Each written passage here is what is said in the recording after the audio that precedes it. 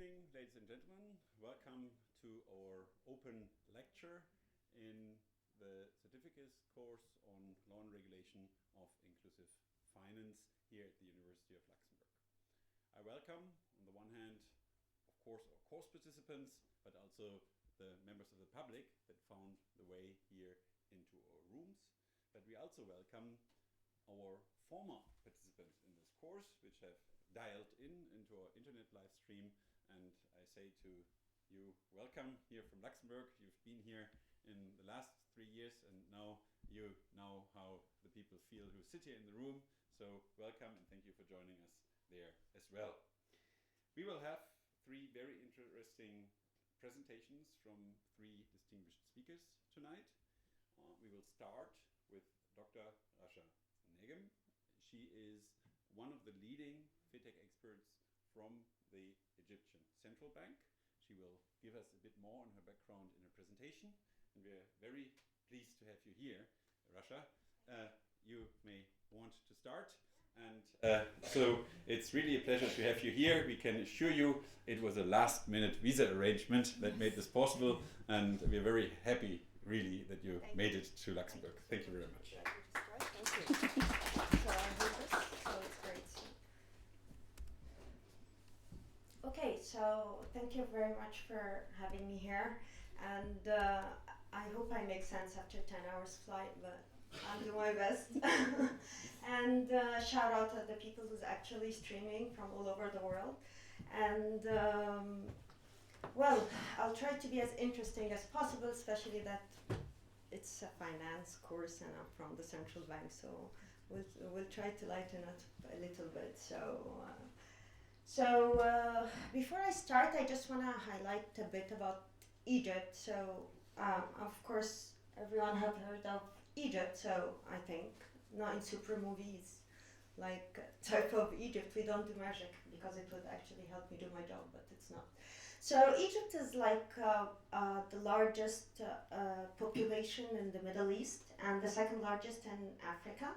So it's 100 million in population, which makes Luxembourg is like my neighborhood, like I'm visiting my neighbors. So it's 100 million in population, and it's quite percentage of youth, actually more, almost 42% of the age from 15 to 39 are actually quite significant in the market. Out of the adult population, we only have 33% financially included, and with a 12% gender gap, male versus females. Actually, Egypt has like around 50% of the population women. And interestingly enough, that 99% of our ventures are actually MSMEs, microfinance, small and medium enterprise. And as with 100 million in population and very low financial inclusion, we're almost like 100% of the population are mobile subscribed. And almost 50% of them like actually have mobile internet and have smartphones. So this, all those factors and all those attributes have significantly contributed to the decision of the central bank to have a strategy for fintech and innovation. So, and then I think about the strategy is like it bringing together not only the national vision of Egypt in 2030 in terms of the economic stability and the vision of the Central Bank of Egypt in terms of financial inclusion and the modernization of the financial sector, it also brings together the market aspirations. So there, when the strategy was kicked off, there was a significant time in the baseline assessment where we actually researched the market in terms of consumer focus groups and in-depth interviews with all the fintech ecosystem stakeholders. So, and this is where we came up with our vision. And again, because usually Egypt is the gateway between the Arab world and the Africa. Everybody's saying like we're African, we're Arab, we're Middle Eastern, we're MENA-like, so we're actually all. So the vision is to become the fintech hub for the Arab and the Africa world, home to the next generation of financial services, talent, and innovation development. And our aspiration is to become the flagship of 3 main things: financial inclusion, primarily, SME financing, and cross-border activities. Egypt has the highest inward remittance. I think last year it reached like $28 billion. We have a lot of Egyptians outside that actually remitting money inside the country. So those are the main aspirations for our fintech strategy. And hence, we've actually based the strategy on 5 main key pillars that I'm going to shed the light on them on very quickly, the strategic choices that we've made for each pillars and the projects under each pillar. Actually, the strategy has actually listed 32 initiatives that should come to life very soon, like in the next 3 years. So I'll share the most important initiatives under each pillar. So the 5 pillars are of course, the demand, regulation, funding, governance, and the talent. So starting with the demand, given that I'm telling you that our fintech is for financial inclusion mainly, and our target segments that we're going to focus on is basically the underserved and the unbanked in a population in the society. And our objective is basically to have access to finance, increase consumer awareness and engagement when it comes to digital financial services, and endorse the less cash and digital transformation while actually reducing the cost so we can make affordable products to the bottom of the pyramid or to include more people into the formal economy. So the main projects was, of course, we had to tackle the digital and financial literacy. And this where we actually having a separate strategy for consumer adoption for the digital financial services.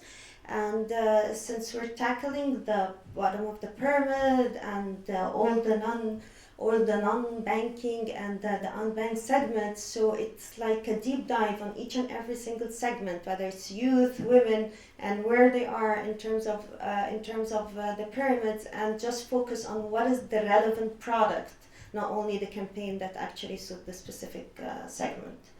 In terms of the digital solutions that we're enabling and endorsing in the market, is basically a bundle of a lot of initiatives. Mainly, one is introducing the digital lending based on behavioral scoring. We're trying to create a hub in our credit bureau in Egypt that actually handles the behavioral scoring beside the normal way of doing scoring at the banks. And here, by using any non-traditional scoring in terms of the mobile teleco operators' data, how they use it, utility payments, and all the alternative data, because most of the people are actually unscored and they're actually not seen. So basically, we're using alternatives on the way of doing digital lending. Another important one is the SME marketplace, which is basically like a B2B payment platform. We're actually connecting the suppliers with the kiosks and the shops and on the streets and the merchants, and actually the banks and the financial institutions can now actually digitally onboard the merchants for them to drive all the kiosks and the small merchants into the formal economy, and then they can actually do lending for them later on.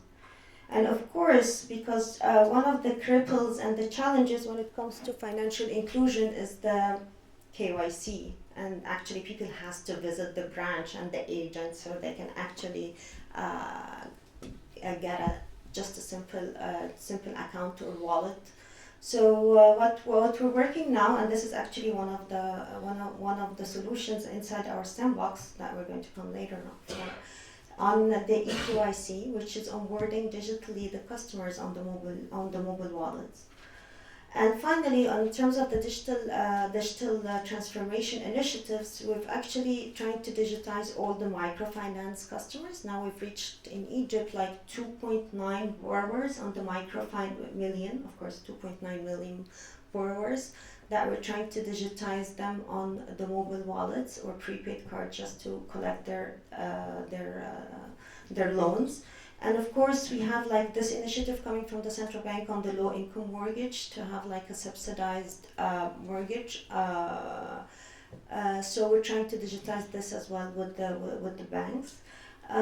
Two initiatives that is actually targeting women was mainly done. One, the VSLA. VSLA is like, I assume anyone here from India will hear about the village loan and saving associations. It's basically like a very common thing. It's a rotational saving and loan associations. In Arabic we call it Jamaiya, where you can actually put money every month. You can actually once your turn comes, so you can actually take the money to have like a small microfinance. Of course, you know about it. So yes, we've digitized the VSLA in Egypt, or the small, which usually like 10 women, like very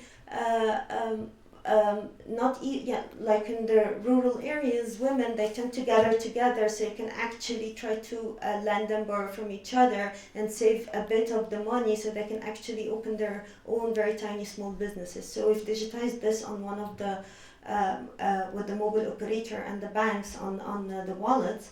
And the other initiative with the social solidarity, or the Ministry of the Social Solidarity, was the actually the women's that is actually got an approver from the court on the alimony, that they can actually take their allowance monthly on the wallets, rather than going and queuing at the bank just to take their allowance every month from the bank. So they get it directly on the wallet. So those are mainly the demand side of what we're doing for the strategy. Okay, when it comes to the regulation, and this is pretty interesting, because one of the strategic decisions that we took for the regulation is that we've decided as a central bank of Egypt, we're not going to act like merely as a regulator, and we're going to act as a catalyst for change. We're going to enable the market in adopting the fintech and the financial innovative solutions in the market. So the objective was just to encourage the adoption of digital financial services and innovative fintech services, have a fair play in the market through the interoperability, and by end of the day just balance the innovation and risk. And of course we cannot forget the consumer protection just along any other financial services that we're providing.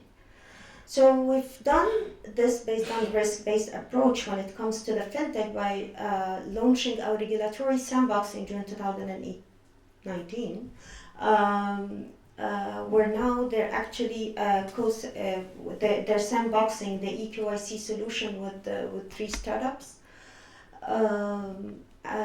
Not only this, but we're looking for ways of how we're going to actually modernize the way of supervising the fintechs and the PSPs, or the payment service providers inside the country, because our bread and butter is anyway the banks. So we're trying to see what are the creative ways in terms of data collection, data analysis, and then how the big data is going to help us through any supervisory activity, which is the SupTech. And it comes when the regulations, because as we're saying that we need to have, we just couldn't just put regulation the way we always has to be put in such a dynamic field and market. So we've actually tried to be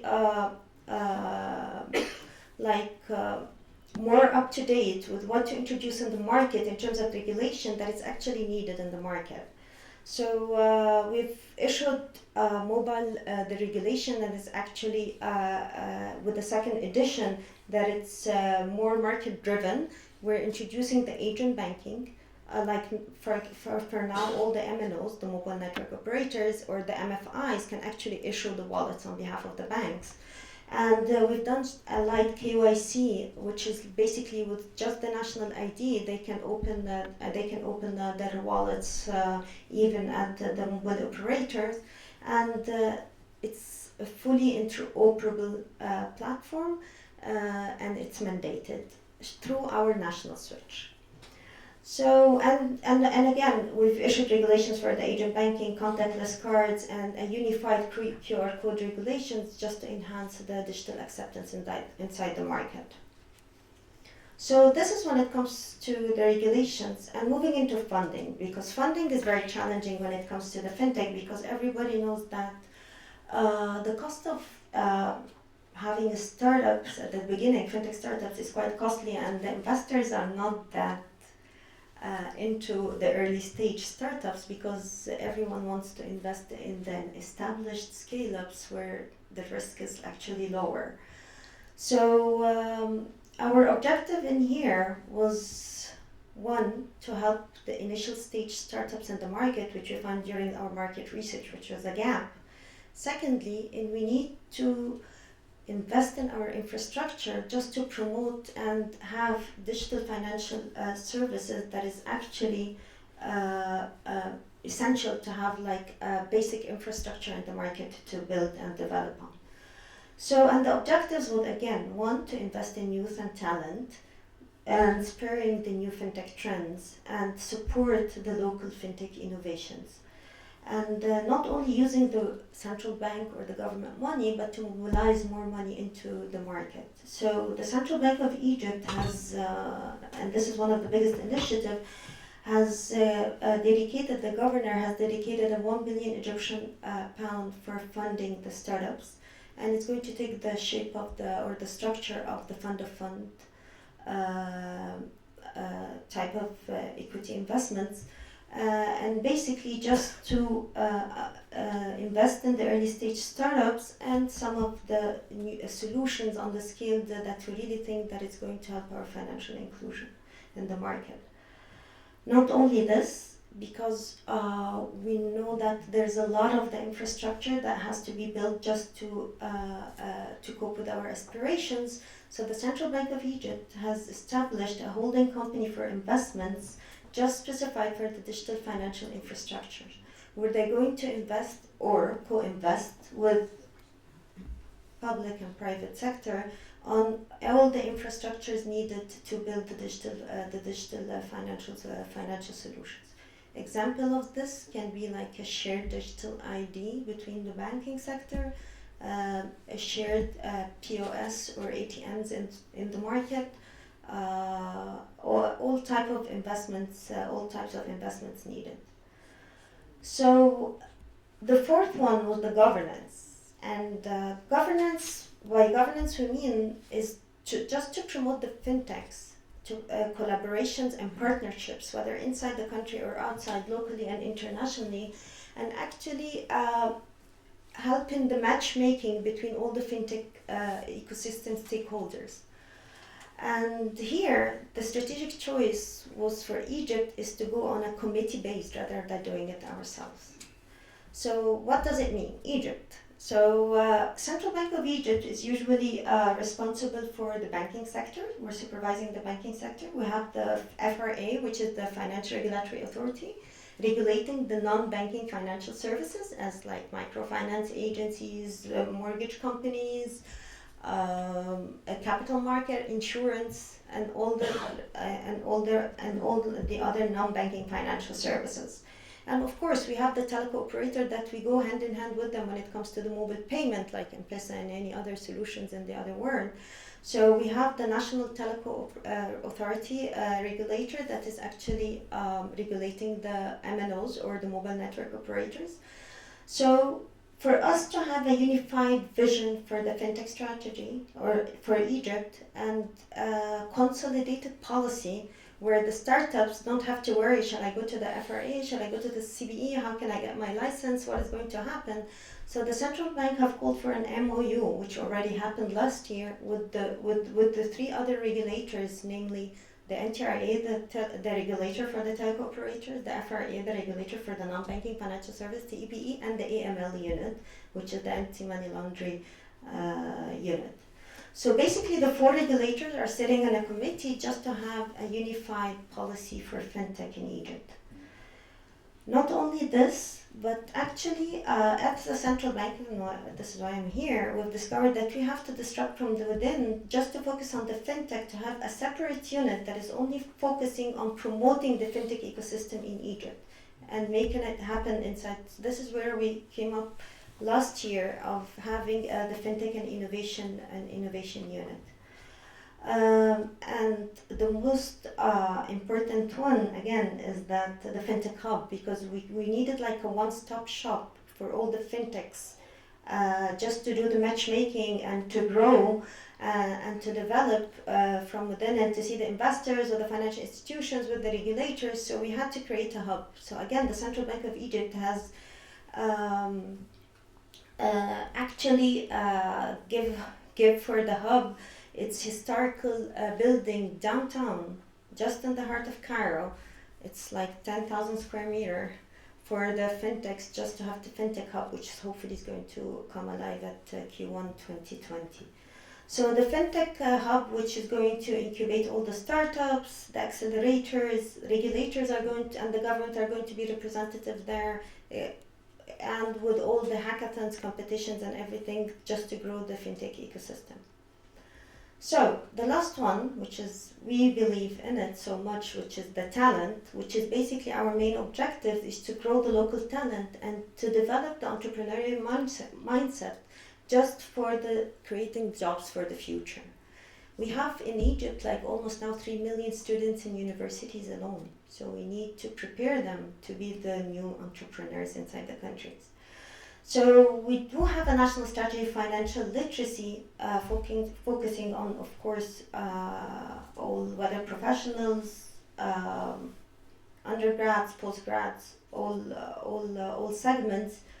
We're doing a lot of work in terms of innovation challenges to promote the cooperation between the banks and the startups in terms of hackathons and innovation challenge and the POC, and give them guidance. For example, if I'm a bank and I want to contribute to the fintech, so we've actually issued the financial institution engagement framework for the banks and the financial institutions to know what to do if I want to engage in fintechs.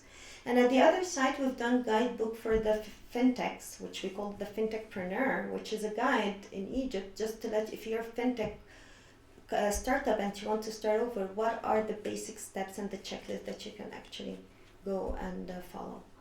Not only this, but we have this policy that we're doing a here-to-here session just to have the market voice. We call it here-to-here. And the last round was actually coming up with the national problem statements of Egypt. So we gathered the whole ecosystem as stakeholders, from investors to startups to other regulators to financial institutions to aggregators. Everyone was present at the same time, trying to find out what are the national problem statement that all the countries should focus on. And we've came up with 5 main categories, and it's actually came up with more than 80 something problem statements, and they're all online. I'll let you know.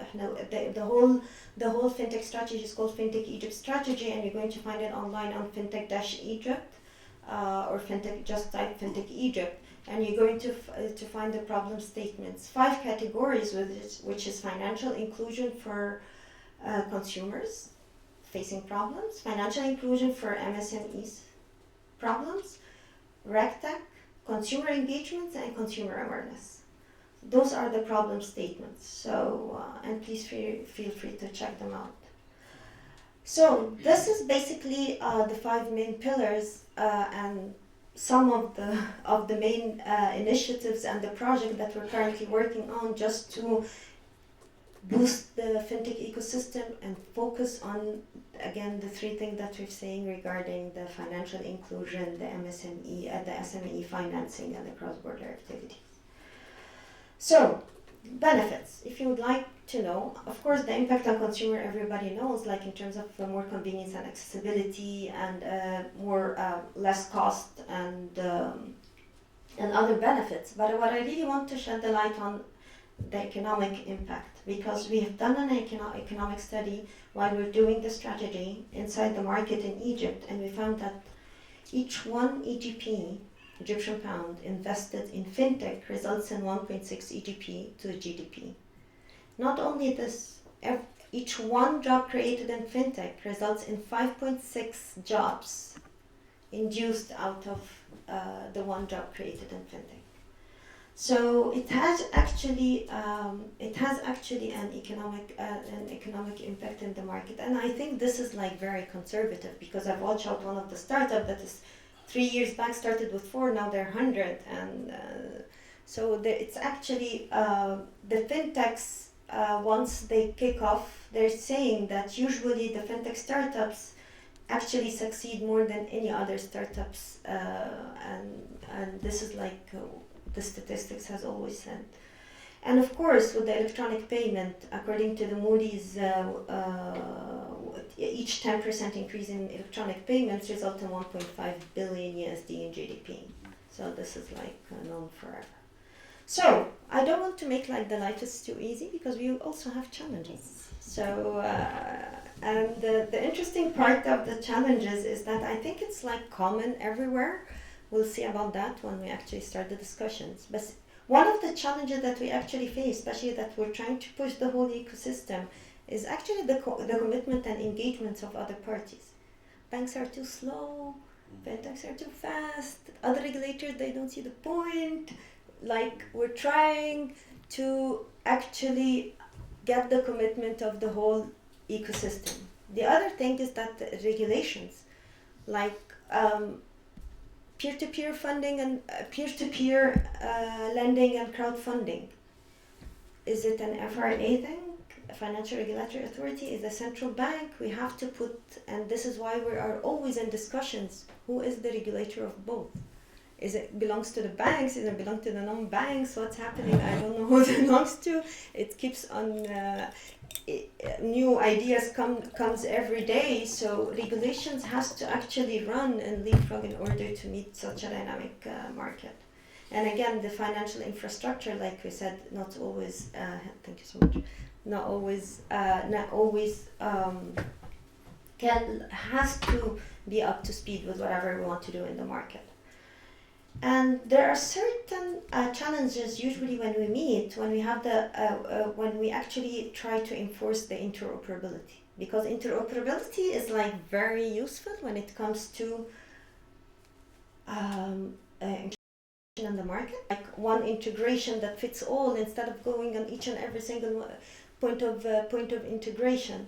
But usually it's very challenging with the interoperability to create a unified user experience and to actually neutralize loyalty programs. Like, I'm sitting in the room and I'm trying to give one customer experience, unified customer experience, just to be easy for the customers, and it's really hard to have different systems just to get harmonized the way that we want to make it simple for the customers. And of course, the digital and financial literacy in Egypt, I think, according to the Moody's report, it is like in Egypt is like financial literacy. It's like 26-27%. Let alone that the digital way of doing financials. So we have we have a lot of work to do regarding this. And of course, again, the balanced business models, like the value chain, and how more people on the value chain is increasing the cost for an affordable product. So this is like quite challenge, and even if you're trying to cap an interest on certain products, because it has to be it has to be a financially included product, and everybody on the value chain wants to have their cut. So this is another challenge that we usually tend to face when we're trying to boost the digital financial services. So this is basically it. I hope I wasn't that boring, especially at night. And please feel free to ask me anything. Thank you.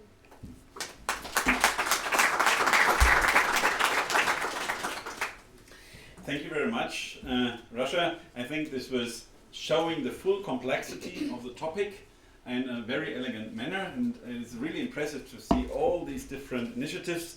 And if it is correct, many of these initiatives are coordinated by your department. Yeah? So you really are basically a multi-manager of different initiatives, this is a challenge in daily life, because just think of it, furthering venture capital, which is one of the many efforts that you are undertaking, is one of the most difficult places. We all know that seed financing is usually lacking liquidity, because seed financing is usually a loss business, and only when the firm have matured over a certain minimum stage we have sufficient funding. So you try to activate the seed funding here, which is definitely, from all the data that I know, one of the greatest challenges, and if you are successful, I'm pretty sure that this model can be exported also to many other countries which have faced the same challenge all over the world.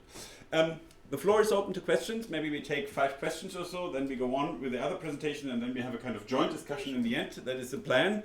The internet participants have also the chance to ask questions in a written way. They will be translated then here into the room by Mr. Veit, one of the research associates of the other chair. May I just ask the participants whether they have questions to our presenter? Maybe we start here. And to be gentle with the questions. Go ahead. Good evening. Good evening. Thank you very much for that beautiful presentation. Thank you. My name is Nonye from the Central Bank of Nigeria, and I work in the Digital Financial Services team of financial inclusion. Yes. I'm particularly interested in knowing how you formulated the digital financial literacy strategy.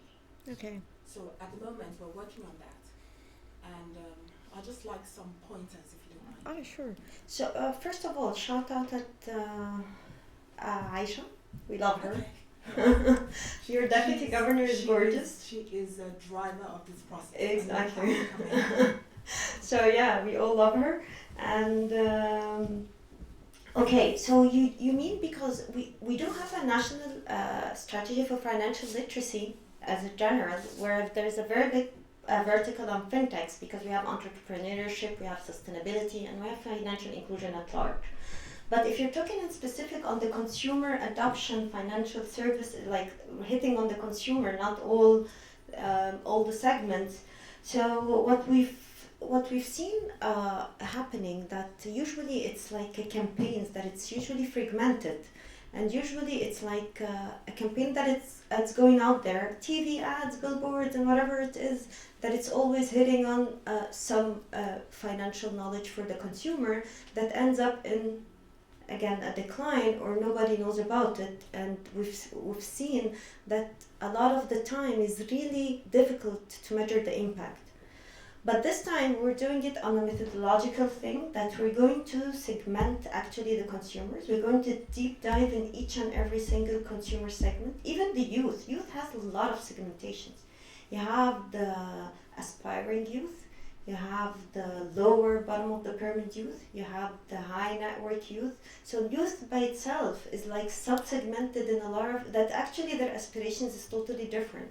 So we're doing an extensive market research based on qualitative and quantitative to get the right segmentation, whether women, youth, or any other segments in the market, government employees, whatever, and we're going to choose them based on their usage on the main cash pools inside the country. Like, we're going to hit on what is the cash pool that is usually used, who is using them, why they're using them, and how I'm actually going to reach them.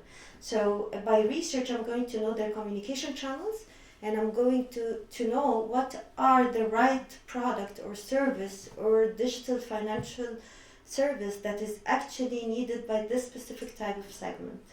So, and then, of course, you have to build on the KPIs, because you have a lot of the initiative that goes, they don't have like a clear KPIs on how to know how success looks like actually. So this is like a very high level of the strategy. Yeah, same. We have a question in the back. Okay. Sure.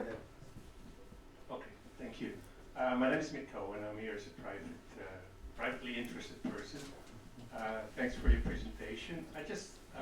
You just mentioned that your bank is investing like £1 billion Yes. in the project, but I think that's like 60 million US dollars.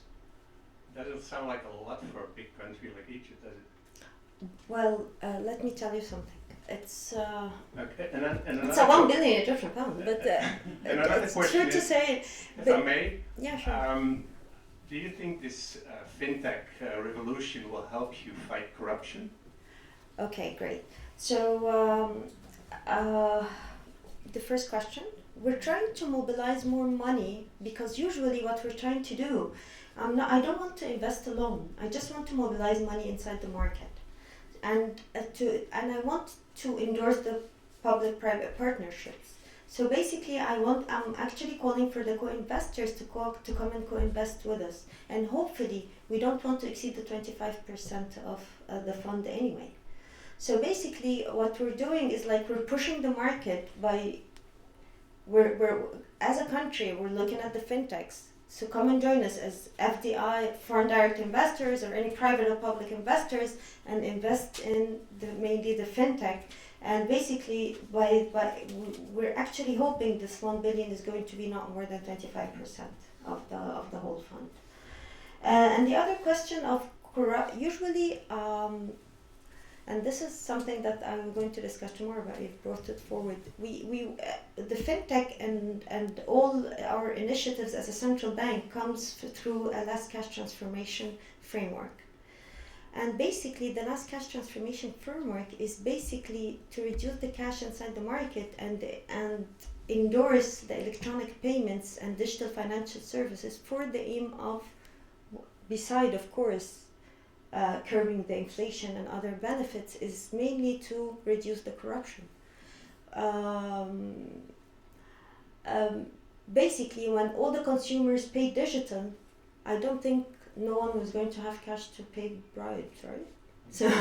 So it makes sense that part of digitizing the services through reducing the cash can actually reduce some of the corruption that you're talking about.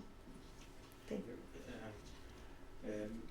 Dr. Rasha, that we believe fintech is still in the transition period. In Jordan, we have a major setback that people always need at the end of the day to cash in and cash out for the money. Yes. I think I need the advice how Egypt overcame this phenomena. That in Jordan always where to cash in, where to cash out. At the end of the day, they need money in hand to make the transactions. Sure. But what's the case in Egypt? All right. So when it comes to mobile wallets or any other digital mean, of course, how to get money inside the system so it can actually make the system work. And usually it's associated not only with the availability but also with the cost. So it makes, like what I'm saying, the value chain is too costly. So there's a lot of things that you can do out of this one. Is like we've done the Asian banking, introduce a lot of agents in the market. Agents as in aggregators inside the market, like they have the kiosks. We call it. We have a very big one in Egypt called Fawri or Bir Masari. So the Asian banking, we've introduced regulations for the Asian banking. This is number one.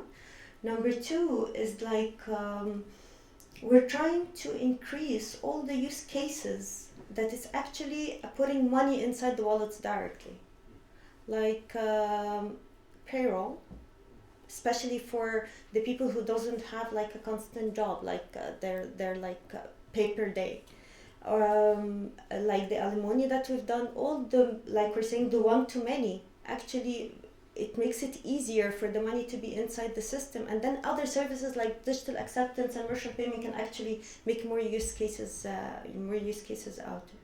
Interoperability of cash in and out actually help with even the cost and the experience and everything else. And actually we do things other than this, because agents in the market, they tend not, how can you control actually the agents to do the cash in and out? So we do actually like mystery shopping on all the distribution outlets and all the services, just to maintain the quality of the services. So this happens periodically on all the agents in the market doing cash in and out, just to make sure that each customer when he goes, because this is their money, they want their money, to make it available all the time. Thank you very much. My name is Iwatara Badamba from Burkina Faso. I would like to know more about digitalization of microfinance strategy. Okay. In general, in Egypt, and particularly in Burkina Faso. As you know, microfinance institutions are facing many problems in general in Africa. In particular in Burkina Faso, it is the same. And I would like to know the strategy that you put in Egypt for digitalization microfinance institution. Okay. You know, microfinance institutions, particularly in Burkina Faso, are facing a problem of governance, problem of system management system, and internal control, and so and so. I would like to know more about the strategy. Thank you. No worries. So basically, the main problem that the microfinance customers face is that when I want to pay my loan, this is mainly their insight. When I want to pay my loan, I have to close my shop, go to the bank, or go to agent and pay my loan. Otherwise, I'll be defaulted. So basically, and this is money for them. So they wanted the convenience of paying their loans or taking the loans on more or having their loans in a much convenient way that it doesn't interrupt their business or business hours. So this is what we wanted to digitize the whole microfinance loans on the mobile wallet. Simply disbursing the loans into the wallet and the collection back on the wallet. And the nice thing about it, it's like it's interoperable. Yani we've created a hub in the middle that it's actually regarding whether you're a wallet holder, that because we have 20 service wallet providers inside the market, almost 20. Yes, so basically, regardless of the wallet that you're having, you can actually, with your microfinance institution, actually pay your loan. So it's very convenient for them just to get connected to one aggregator or one hub, and then do the transaction digitally through the wallet. Not only this, but again, having platforms for the microfinance to transact, where we can actually see all the transactions, can make us like uplift their loans through the behavioral way of seeing the transactions and doing digital lending in the future for the microfinance. Okay. Okay, thank you. My name is Robin Veit. I'm a research associate from Professor Zetsche, and I have a question that was sent to me via email from Mr. Adebi from the Central Bank of Nigeria again. Okay. And he's asking about the mobile phone operators, and he's asking what motivated the mobile phone operators in your country to participate in your project and, for example, to come up with problem statements. Okay. And I have a question myself, if Sure. I may add it after, regarding your regulatory sandbox. Okay. So I was just wondering, do you have a strict distribution of staff from your central bank and your sandbox, or is it at the moment more additional work for your central bankers that you have applications and you review them in a committee or something like this, or have you created a unit that is full-time working on the sandbox project, and will this change when you will introduce your innovation hub? Okay. Okay. All right. Thank you for the questions. What was the Nigerian question? It was about mobile phone operators. Yeah.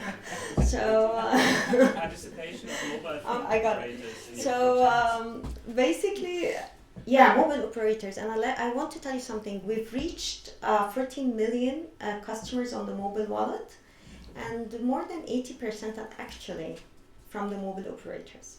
So this is what interests them in the whole mobile payment. One, it creates stickiness to their clients. So the customers who are using their mobile wallets actually tend to churn less than the other customers. Number two, now all the, to be honest, now all the operators are having this theory of growing beyond minutes and data, because usually it's saturated. So they need to find value-added services to serve their clients, and nothing better than the mobile payment. So basically, they're an integral part of the ecosystem because they're more creative.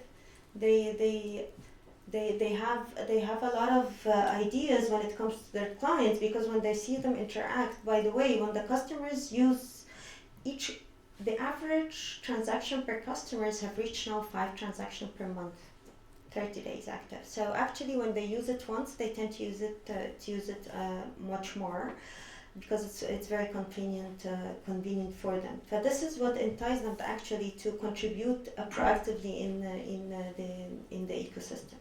Of course, and everyone looking at the M-Pesa model of Kenya, especially that we have Vodafone in Egypt, and everyone knows how it leapfrogged the market to 90% financially included, something like that. So this is when it comes to the operator side. Again, because they ask about the problem statements, and most of the transaction that is happening digitally, it's happening on this. So basically, this is why they tend to be even more focused on all the problem statement that they really want to solve. Coming to your question, yes, we do have a unit inside the FinTech and Innovation, a sandbox unit, separate people just doing sandbox,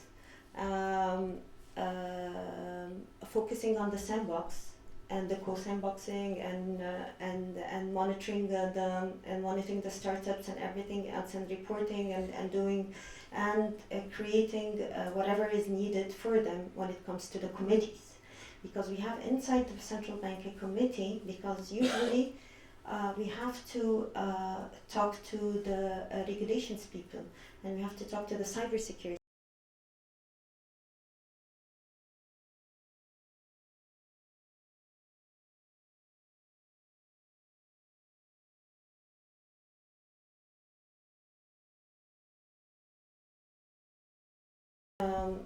Sandbox. So basically, they coordinate with the inside committees and outside committees. How they coordinate for the sandbox.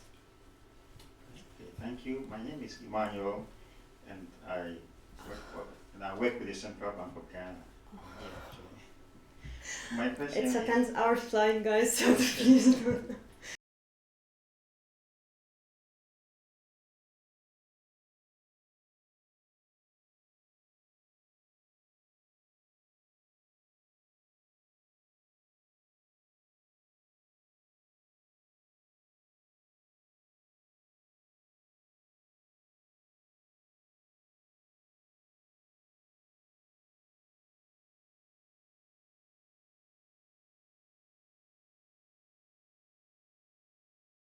To know what is I'm being honest. We want, no, to be honest, because we actually started late, but we wanted to start where everyone ended. So we've assigned an international consultant to see what is the global best practices and what is happening, and who are the countries that is actually matching our socioeconomics or talent or market. And again, doing it on a methodological level, so we can actually leapfrog on growing the ecosystem. So this is how. So we've actually sit hand in hand with the international consultant to do the market assessment from the vision, the strategy, how the operation works, how the department is going to work as a structure, the fund, how it's going to work as a structure, and everything else. So we had a number of questions, and Dr.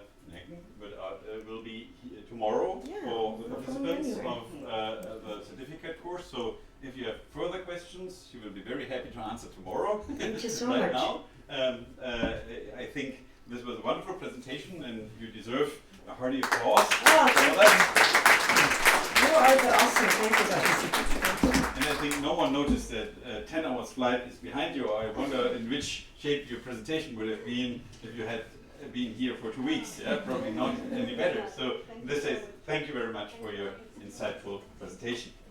We will now go on with our second presentation by Professor Sharik Nishar. Sharik is basically a supporter of the certificate course from the very first hour on. He is every year here, and the online participants know him very well from his lively and very engaged lectures. And it's a pleasure to have Professor Nishar now speaking to us about the progress in India, and his insiders' knowledge has always been both entertaining and critical. And I'm really happy, Sharik, that you made it again here and that you share your view with us. Thank you very much, Dr. Deck. I've had a long day today. Let me start with a disclaimer that I'm not a central banker. You may consider me a cornered banker, right? Someone who is talking from a customer's point of view. That's something I'll be focusing on.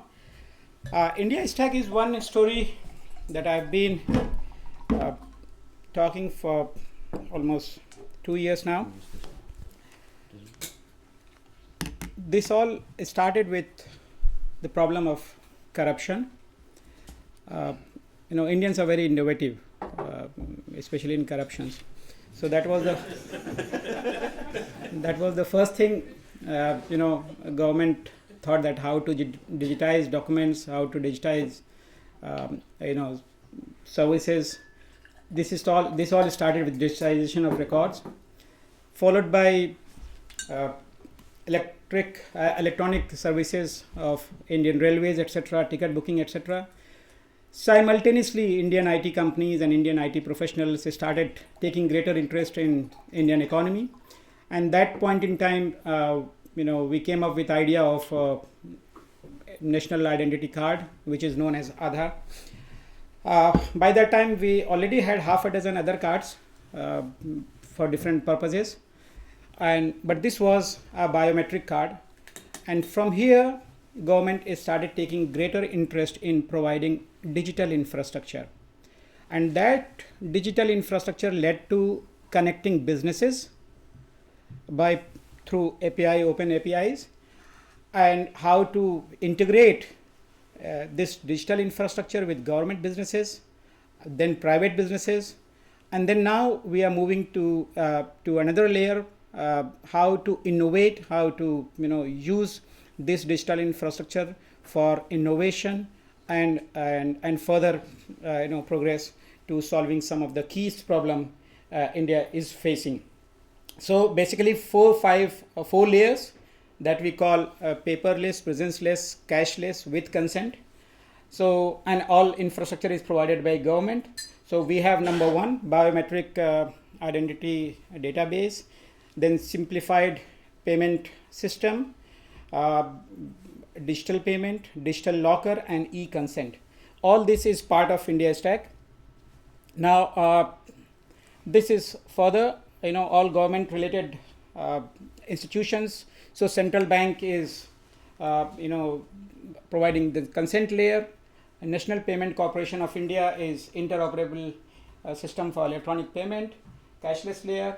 We have a paperless layer for all kinds of electronic KYC, etc., DigiLocker, etc., and then Aadhaar enabled mobile Aadhaar and payment presenceless layer, so for digital biometric thing. How it evolved is almost 10-year-old story. I'll keep it for record. I'll try to be short also. We have one case that I'll take more time to showcase how it works. But this is how it has evolved. So all government efforts, from ID card to payment to eKYC to DigiLocker, etc., and e-governance division. This is one case study that that I think is worth your kind attention.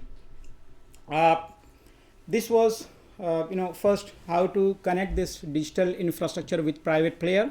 So Capital Float, a company. This company was is a credit microfinance credit company. So Capital Float built a mobile application in record time of 1 week, and when user opened the app, she had to give consent using digital infrastructure for Capital Float to access his or her data through digital platform. That was second.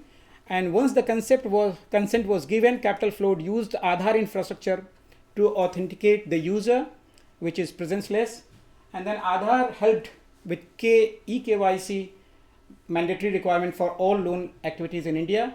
This was completed in about 9 seconds. And then once the authentication was complete, Capital Float pinged the Aadhaar data back to base to check for banking activities. After this, they used mobile scraping technique to gather data of the customer from phone, and these two steps helped Capital Float estimate the creditworthiness of customer. This took about 12 seconds. Once the creditworthiness was determined, the customer of the application saw loan officers on the screen. The customer could then select the offer, do an e-sign with the comfort of his home. And this is about a customer who actually had no data trail, and someone who was not willing to go to bank office. She was willing to take all this from her home. Once the loan was approved, it could directly be disbursed in the bank account of the customer, and the pull function of UPI platform could also utilize by Capital Float to get back the loan payment. So this was a model that is almost 3 years old. After this, many companies, many tech startup companies have come up with their own kinds of solutions. So you can, all finance related solution, whether it is P2P or whether it is crowdfunding or whether it is microfinance loans, SMEs loans, to robo-advisory, to all kinds of financial businesses. You can see mostly payment is less regulated in India as compared to savings, etc. So we have most of the fintech companies in India operating in payment domain. This is latest statistics about this India stack. 1.2 billion enrollment in Aadhaar, 1.39 billion is the total population currently. Authentications up to 34 billion, transactions, so all huge number, 1.148 billion Indian rupees, it's a huge number again. 7.6 billion KYC till October 2019. Registered user 31 million of DigiLocker. This is for all the documents, educational document, medical documents, loan, financial documents, etc. Is there? Even I use those documents. I don't need to carry my identity card. I don't need to carry my other documents, driving license, etc. If somebody wants to check, I can just show that in my phone with my consent. If I give consent to a private business party, that can access also to verify my credentials, etc. So this, and then 3.7 billion documents have been issued. So all these 4 layers, consent layer, cashless layer, paperless layer, and then presence-less layer, is adding up to, this all provided by government, different government companies, and using this through Open API, businesses are trying to solve or trying to create business opportunities for them. It cuts transaction cost, onboarding cost, very inclusive platform, ubiquitous, contextualized offering, very customized thing, innovation, aligns market and social goals, and trust-based system. And these are the players in different domains: payment, background verification, lending, paperless consent, tax compliances, etc. So all private businesses using those infrastructure and trying to create value, customer value. This is how it is going for innovation now. Is we are moving towards national health registries, using same information, same database infrastructure, financial data access fiduciary, skills registry. So this all is now leading towards innovative solutions for futuristic businesses. Now, this is gaining momentum. We had some interruptions in between. 2017, we had Supreme Court of India, coming up, nine judge bench coming up saying that data is privacy is a fundamental right, and because of that, many innovations which were happening by that time got stopped. Banks which were earlier taking Aadhaar card numbers, etc., from collecting from customers, different customers, those got something interrupted. But later on, we have started again picking up.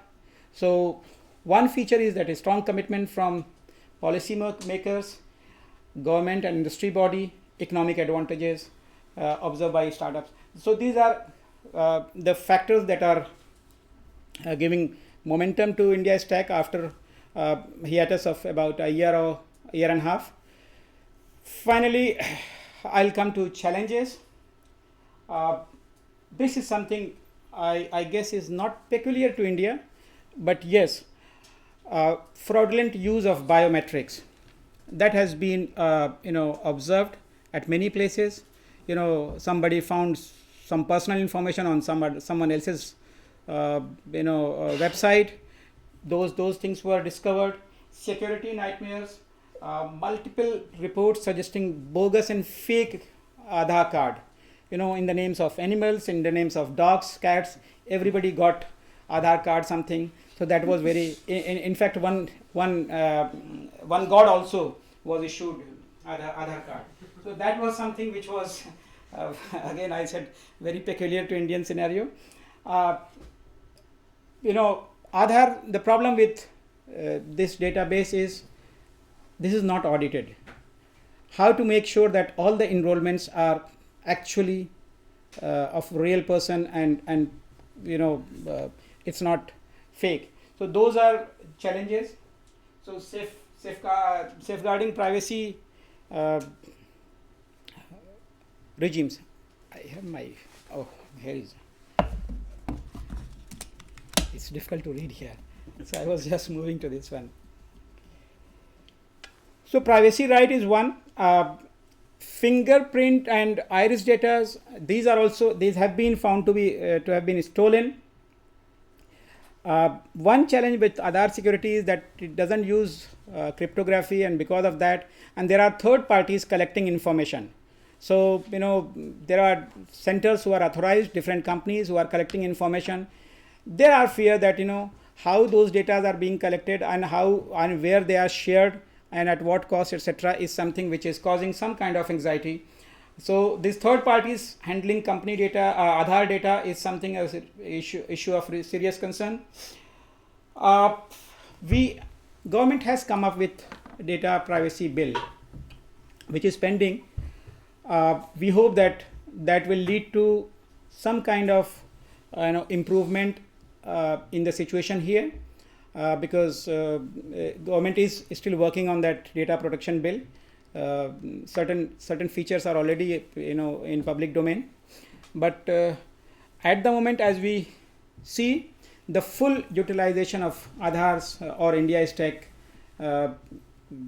idea is yet to be realized, for the reason that there has been hiccups in data privacy, there has been some other hiccups in corruptions, etc. But overall, it has led to huge improvement in quality of government services, improvement in governance of businesses, government as well as private, and also it has helped Indian, especially youngsters. 60% population is below 25 years of age, and they are very quick learner, and they have moved on to using digital financial services. So with this, I thank you all for this opportunity. This has been short, but I had 5 hours lecture today morning and almost today. So I hope it helps you. Thank you very much.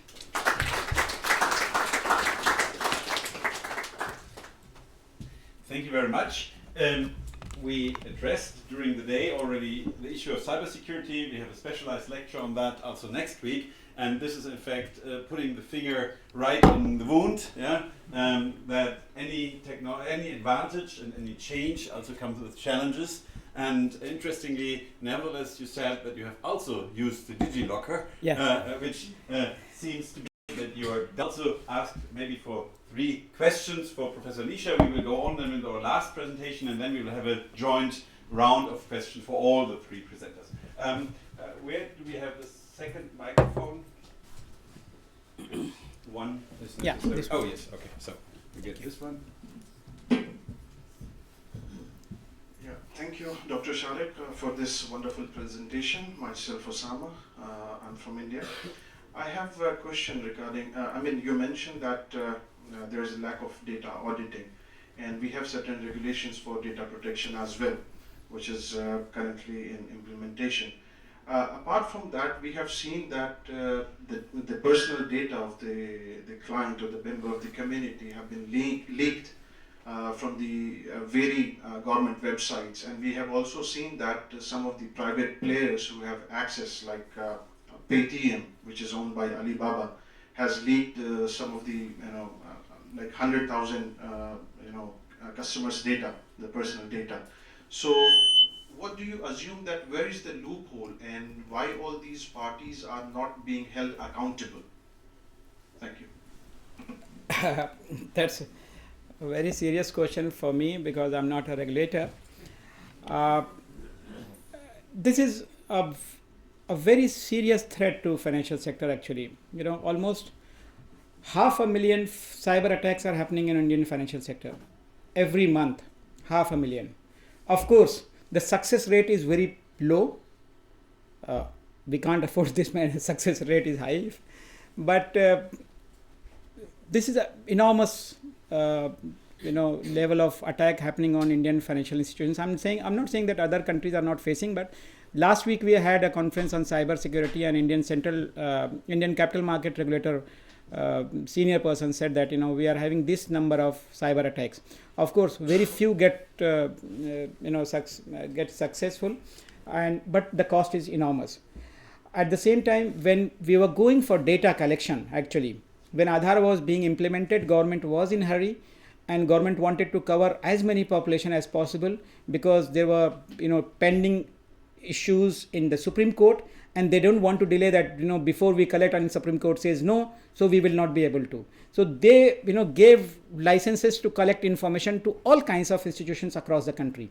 India being a huge country, if thousands of organizations are collecting your biometrics in their system, private entities, they are passing information to the government. But what is the assurance that they have not kept a copy with themselves? What kind of? So those things are now cropping up time and again, because when you try to find something, some election commission, and then somebody tells you. One person who was very senior government officer in Aadhaar, he said that no, this is completely safe. And within some time, somebody said, here is your information, sir, please keep it. So, people can go and take information from whatever sources, I do not know, but this is a real threat. After that, government took action, and then Supreme Court also took cognizance, and then they came up with another financial institutions started behaving properly, and then they started taking some precautions. But by that time, we had already collected 1,000 million people's 1 billion plus people's data. So it is all in private domain these days. I'm sorry, but I do not know what to say about that. Okay, there's one more question here from.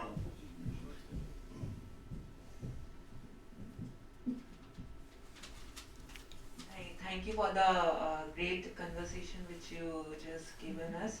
I just want to know, I'll just raise one question regarding to my my background. Are you looking at use of big data from ethical point of view? That is, the companies should be governed by the set of ethics for information use. What kind of, if we are getting news every day, government announced that they will not take biometrics, but if they allow the Aadhaar cards, so if they are allowing Aadhaar card, it has the biometrics in that. So what's the basic point? Means I just want to know as a company employee, what are the ethics here we are using? This is another tough question. I do not know. how can we answer that? Because ethics also, it's a very subjective to individuals as well as to companies. What one's consider at a high ethical, other may not be that much. Many companies in India, when they employ, they want to have all your data, all your biometrics, etc., etc. When employees leave, many a times we have seen that companies try to, blackmail them that, we have your information and we will not let you move to other company, we will not give you a good report, etc. So even those kind of cases we have seen happening, and with someone's data who is already, vulnerable, it becomes very painful. So as far the question of ethics is concerned, I really, do not have that answer that how it could be, unless we have a regulator who puts forth a very strong regulation that anybody violating these will be penalized financially and otherwise. Unless this happens, unless government takes that stand, it will be very difficult or challenging to leave it to corporates saying that you behave ethically, please behave ethically. I don't think that this is the way companies are going to really, really do something which is expected high from moral point of view. So that challenge is there, and we do not have regulation. In fact, all these things have grown up in a scenario where regulations were not very, very clear. In fact, one of the best reason for fintech growth is lack of regulation, right? So, if it was, then they would have been like a bank. Breaks, obviously it will get crashed. And of course, it is in this regard another connection to a lecture we had in the morning, where we found that if you enhance fintech and regtech, you need to develop your data protection framework in line with that. Otherwise, the results will be unbearable for the individuals subjected to these kind of technologies. And here in this regard, the GDPR, with its extremely heavy fines of between 4 and 10% of the overall turnover of a firm, may be a role model, because you never get every violator. So the few that you get must be hit extremely hard to kind of provide the role model for all those who have also violated the rules. Yeah? So that is, of course, the idea in proportionate sanctioning must also always lie a symbol for all those that you haven't caught. Yeah? And I think here that's the reason behind the very harsh penalties we have in the European Data Protection Framework. And I think the other aspect, data protection, legally speaking, was not an invention by regulators. It was an invention by the courts. It was a reaction of the courts to excessive data gathering efforts being pursued by the police, for instance. So the police was just imposing controls on everyone. So just subjecting or criminalizing, potentially criminalizing every individual of societies. And the courts have responded to that by building barriers to what you could do as a police. And I think here we have another element of state administration. Aadhaar is a state administration in India. And here again, the courts have responded. The Indian High Court with a 1,300-page judgment, one of the first judgments in that field, a leading judgment, which should probably rule practice for the next 10 years or so, and will probably result in a more advanced data protection framework. I'll give one example. I use Google in my country, and the moment I opened Google here, immediately Google informed me, "Sir, please review your data privacy." I knew that I'm in Europe now. Well, the point is what happens after you have given your consent. Okay, so because when you don't give your consent, you cannot use the service. So it's a kind of blackmailing here. But whatever. So thank you very much, Sharik. Another very insightful view, and we come now to our third lecturer of the evening, Roger Tatofi. He's a PhD holder from the University of Luxembourg. He's also a lecturer here, and it's really a pleasure to have you here. He's currently with Ernst & Young, and he's specialized on consultancy, in particular with regard to Africa and financial services. And in this regard, Roger, it's a thank you. It's a pleasure to have you here. If you would spend 10 minutes, 10 seconds maybe to start, and I will put your presentation up. Is it that one? Is it that one? No. Sorry, wrong one. Oh, that's. Yes. Whatever he's going to say. All right. Okay, thank you. Thank you.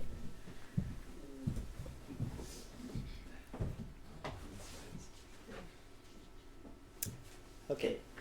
So, good evening, ladies and gentlemen, and I'm very happy to be here this evening, and I would like to thank Professor Zich for giving me the opportunity to have this conversation with you.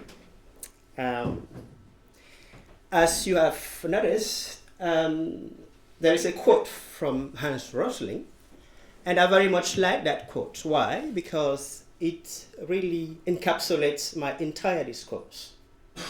And, you know, we have to have smarter solutions to help people live the life they should expect to live. And if I were to recommend a reading, I would really definitely recommend to read this book, Factfulness, which is an interesting and insightful book about a fact-based worldview in order to have better decisions based on facts and not on intuition or instinct. Facts are extremely important. So, to warm up a little bit, I have a quiz about facts and data. If you were asked, for the past 20 years, did the extreme poverty in the world has 1. halved, 2. remained more or less the same, 3.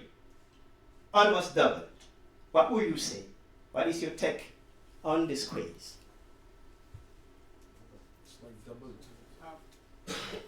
Doubled. Half? How many people for half? Doubled? Remain more or less the same? So it's split between halved and doubled. The correct answer is halved for the last 20 years. And following Hans Rosling, it is one of the most important things that has happened in his lifetime. Remember then to base our decisions on facts. So let's see what we can build around facts and data about Africa.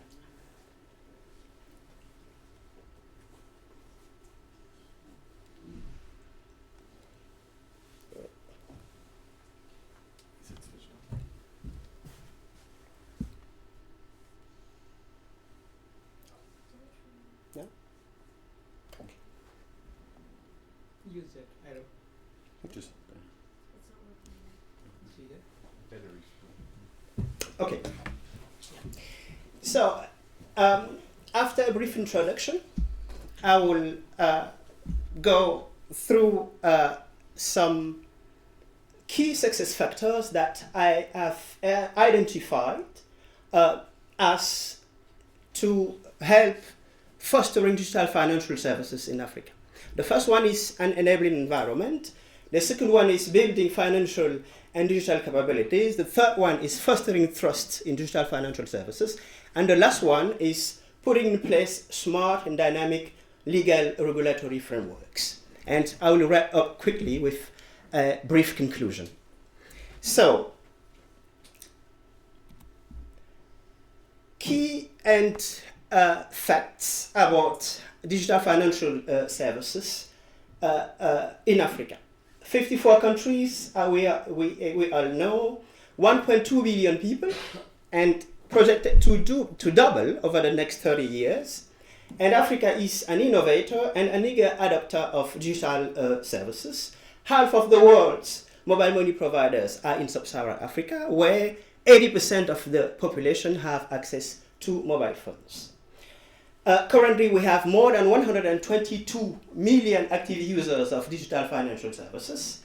And what I mean by digital financial services is payments, which is the dominant segment because of underbank and a correlative high demand of financial inclusion.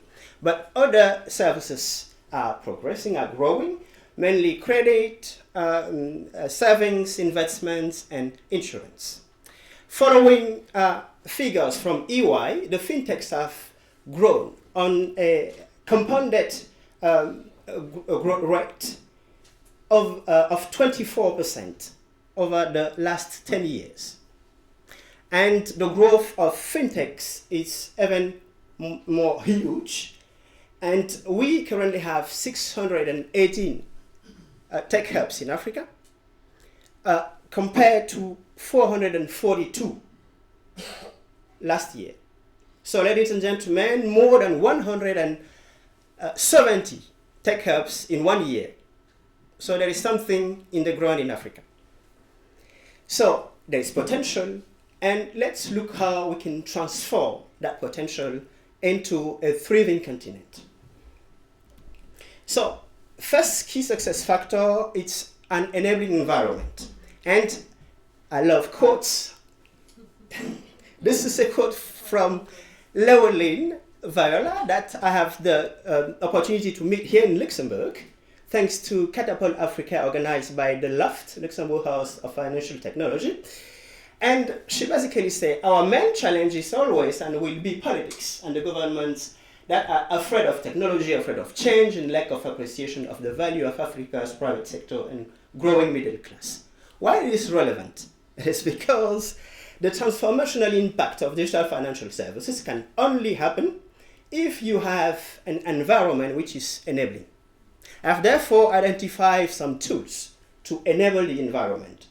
The first one being the public-private partnership, especially in the domain of technology.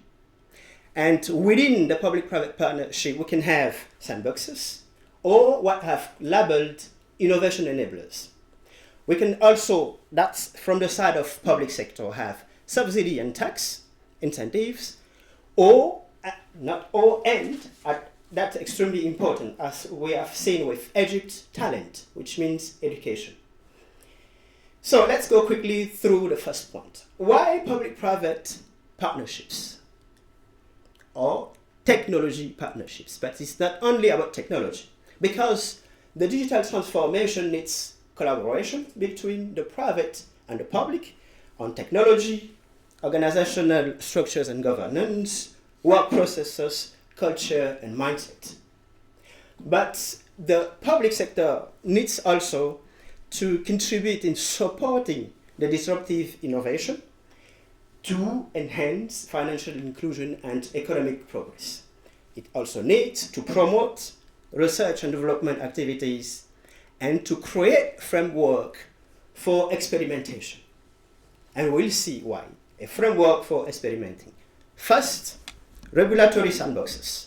This is a type of framework for experimentation, which purpose is to have an evidence-based regulation while overseeing consumer protection and encouraging inclusion and innovation.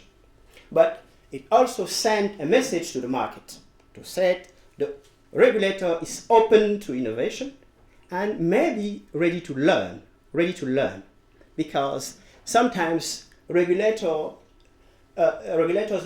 don't like that the regulated know that they lack knowledge.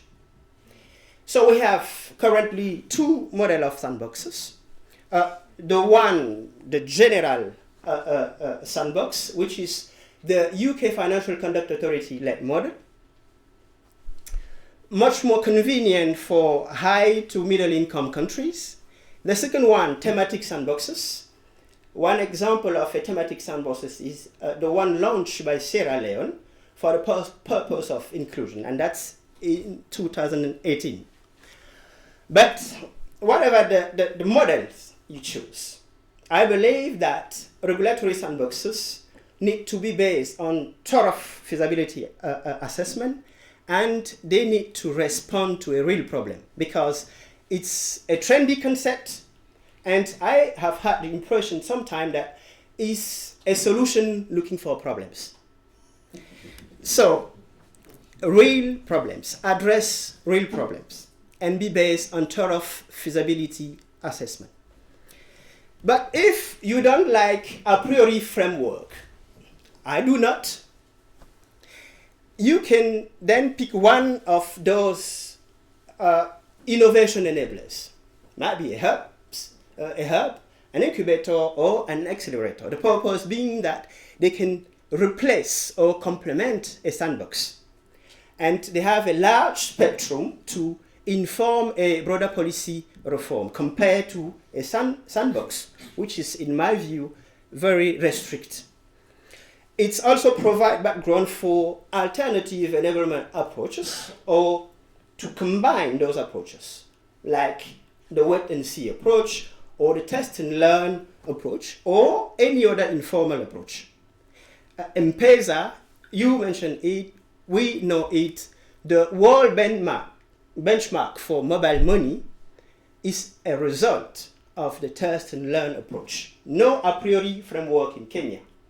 And I may be mistaken, Kenya does not have a sandbox.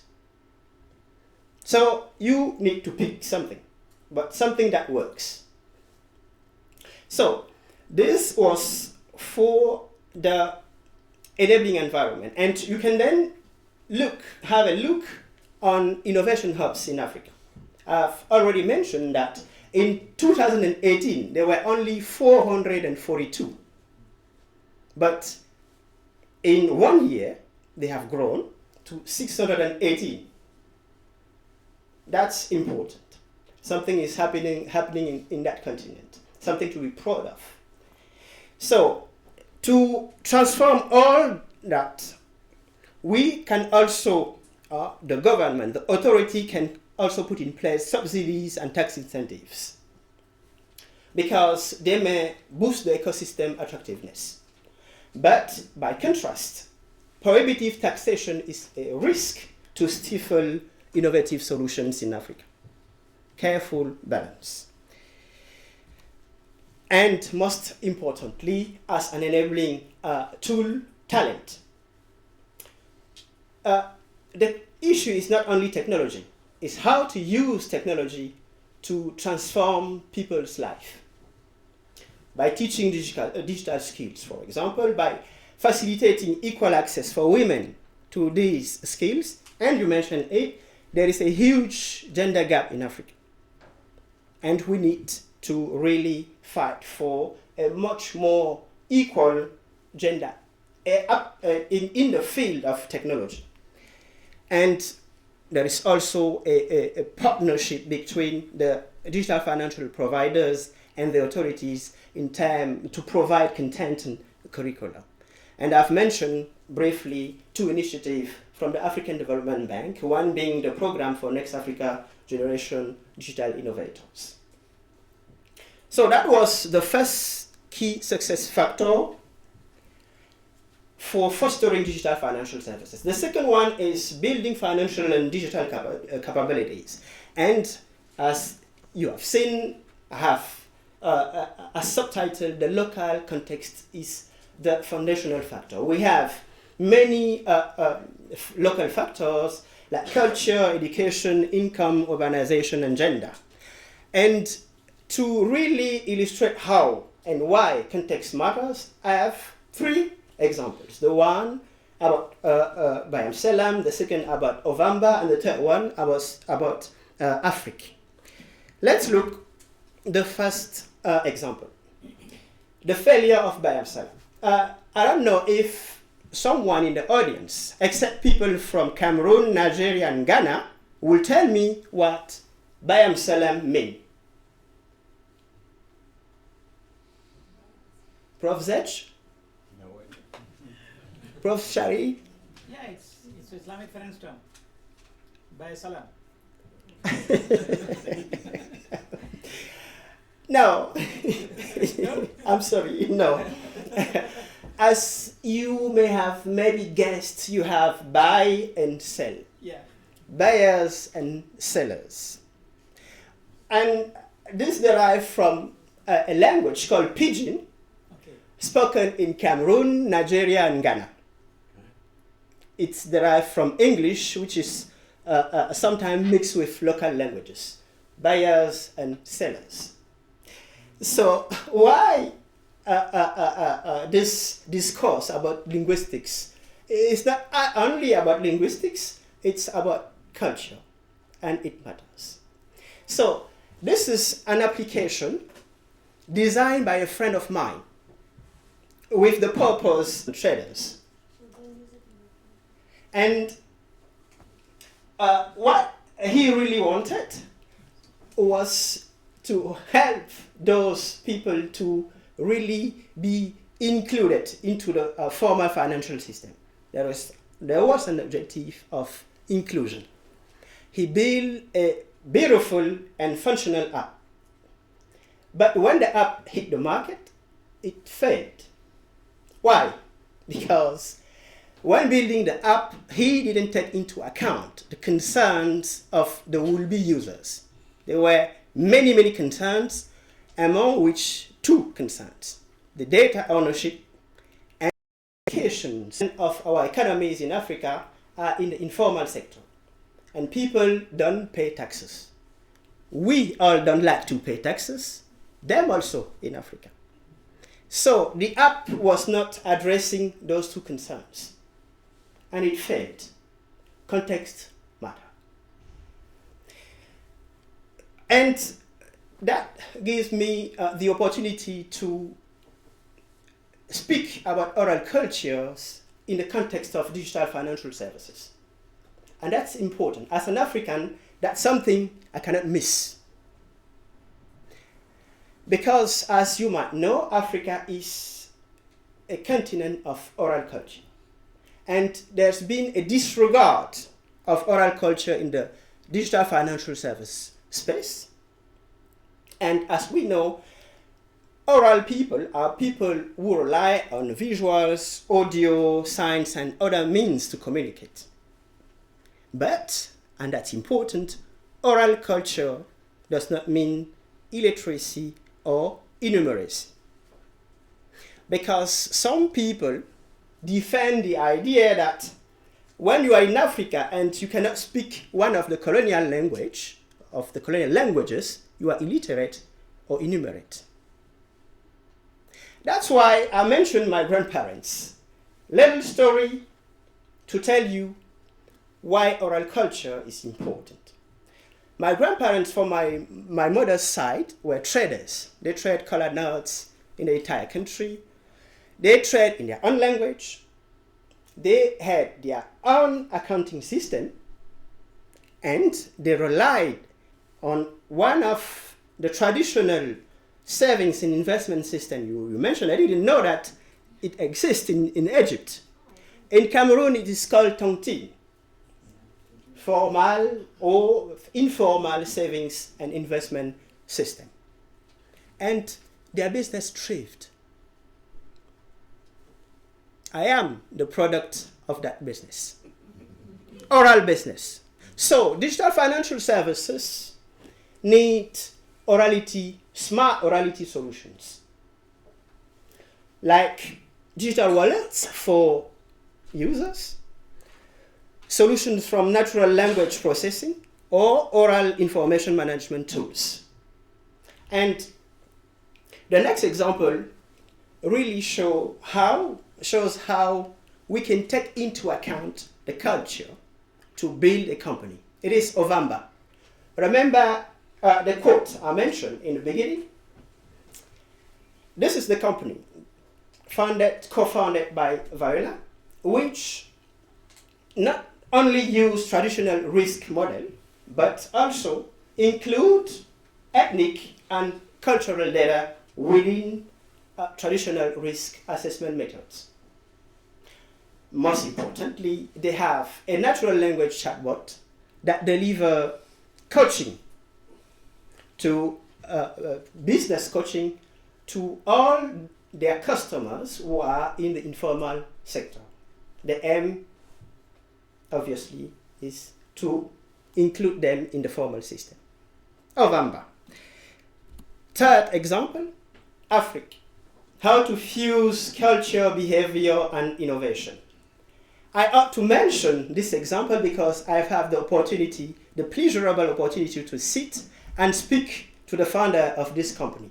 And I was just flabbergasted by the products and the services designed by this company because it is based on a concept called Africology.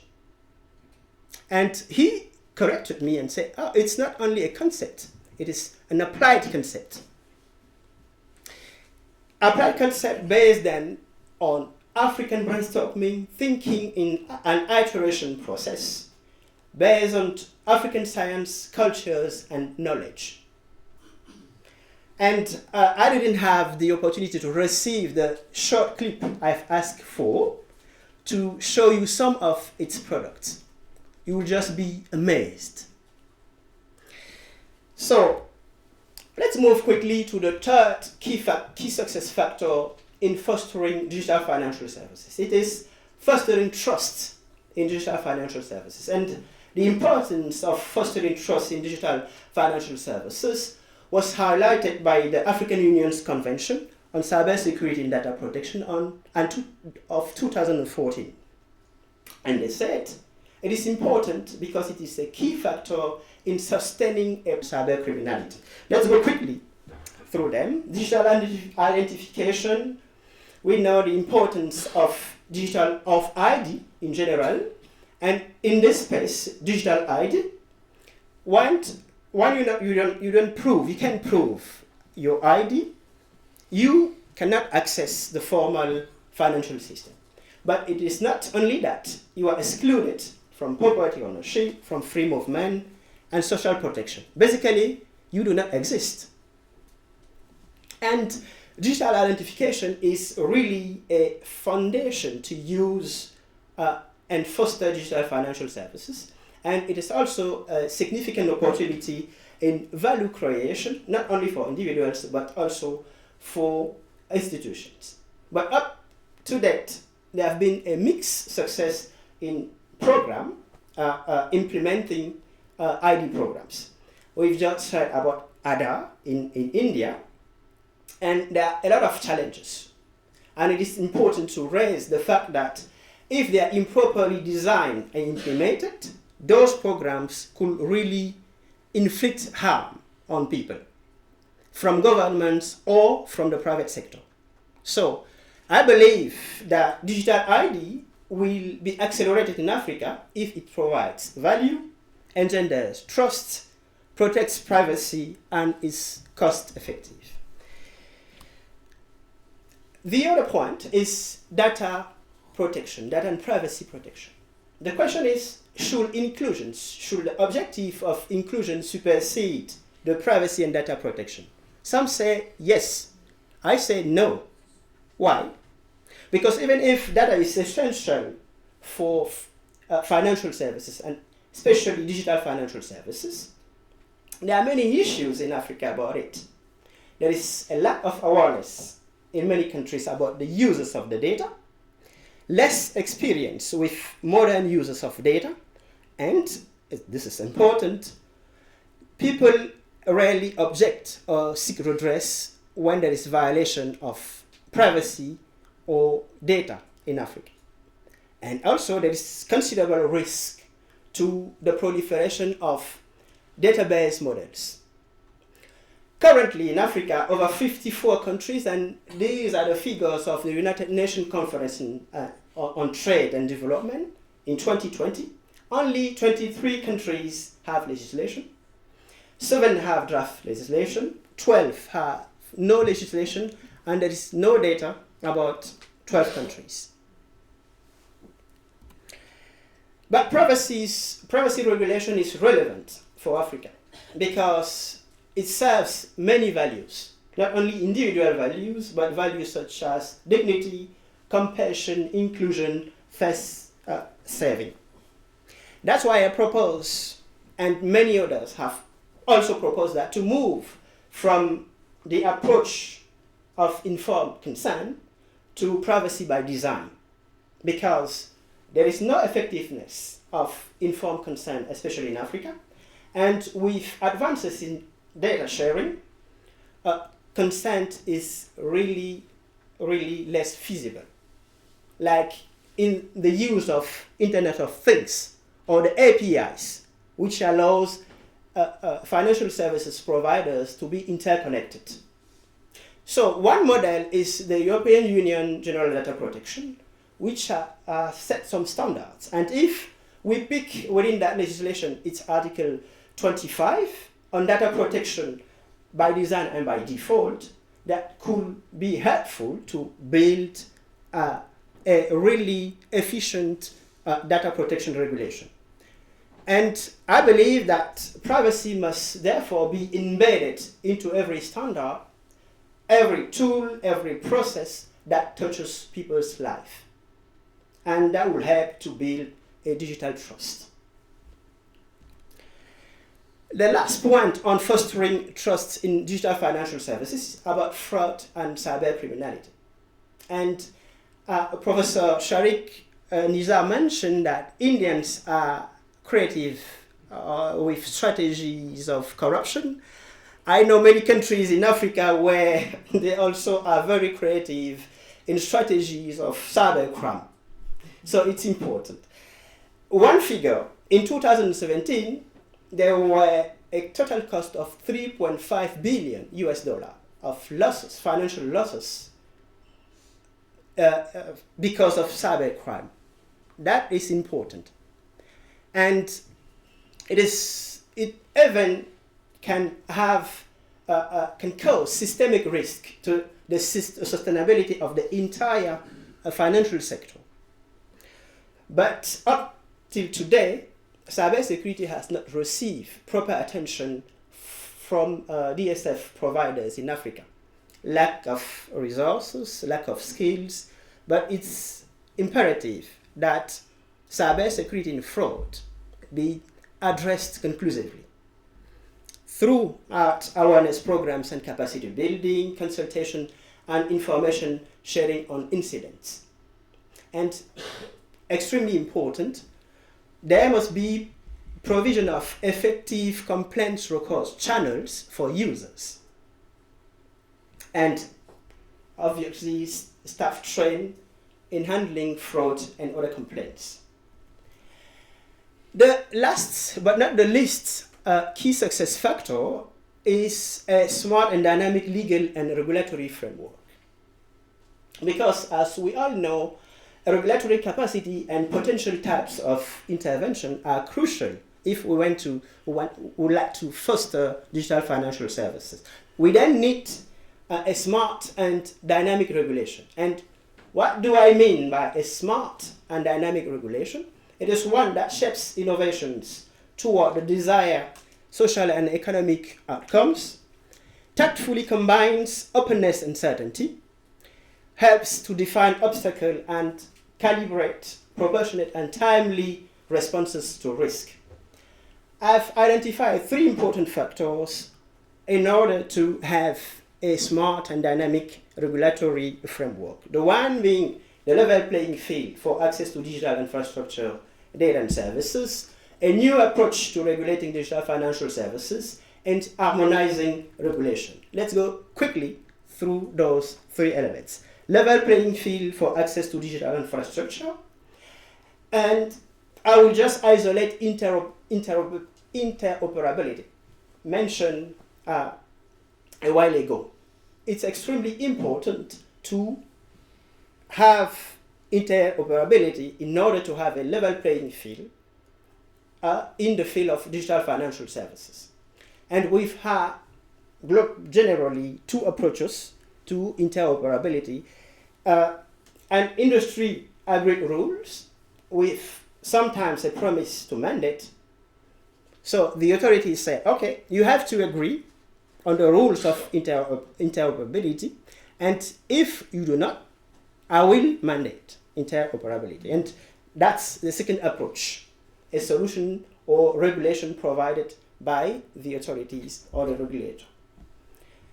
So a new approach to regulating digital financial services. Why? Because there are new challenges. For example, we need to develop for regulators. So, inclusion, regulatory technologies, and harmonizing regulation. Inclusion, there are many ways that a regulator can ensure inclusion. One being, for example, active role in educating customers and engaging with consumer interest group. The other, ensuring client protection. But in the end, there is a need for a regulator to adopt a risk-based, collaborative, and technology-sensitive approach in the oversight of inclusion and protection of underserved users. RegTech, regulatory technology. In my opinion, it's the future of regulating digital financial services. And I advocate regulation by design. Because there is an increasing use of technology in finance, there is a paradigmatic shift of regulation. We are facing more and more algorithms, not people. We then need to regulate automated processes and not human behavior. And one example in Africa of the use of regulatory technology is in Rwanda, where they have built an electronic data warehouse system which will allow the National Bank of Rwanda to have automated reporting and supervision system. At the same time, the national bank, the central bank, could have more granular data to track progress on financial inclusion. Last point on smart and dynamic and legal regulatory framework is harmonizing regulation. And I've added connecting hubs. We've seen that we have 618 hubs in Africa. It is extremely bizarre to try to limit innovation within borders. Digital financial services are borderless by nature. So we need to connect the hubs to really transform the continent. And we can build that, take advantage on the African Continental Free Trade Agreement or other regional institutions to build, to harmonize regulations. And we need, and that's urgent, to implement reciprocal licensing program or passporting. We just have to look at the EU with its single market for financial services. And all that will be supported by interoperability, which have started in Africa with the example of the Southern African Development Community. So, let me conclude quickly. Digital financial services hold two promises. Dual promise. One, it is an engine of inclusion. Two, it offers business opportunities. But, there is a but, to fully harness disruptive innovation into business value and inclusion means at least three things. One, rethinking the entire social and economic system. Two, mitigating risk inherent to innovation and caring for skilled and diverse users.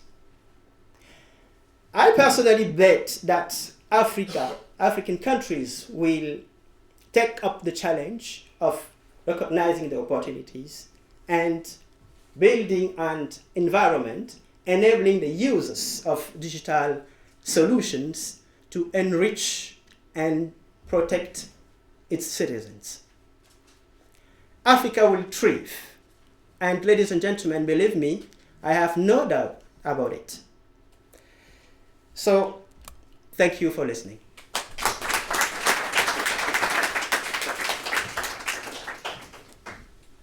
Thank you very much, Roger, for this very inspiring and very positive presentation with a lot of examples from the African continent.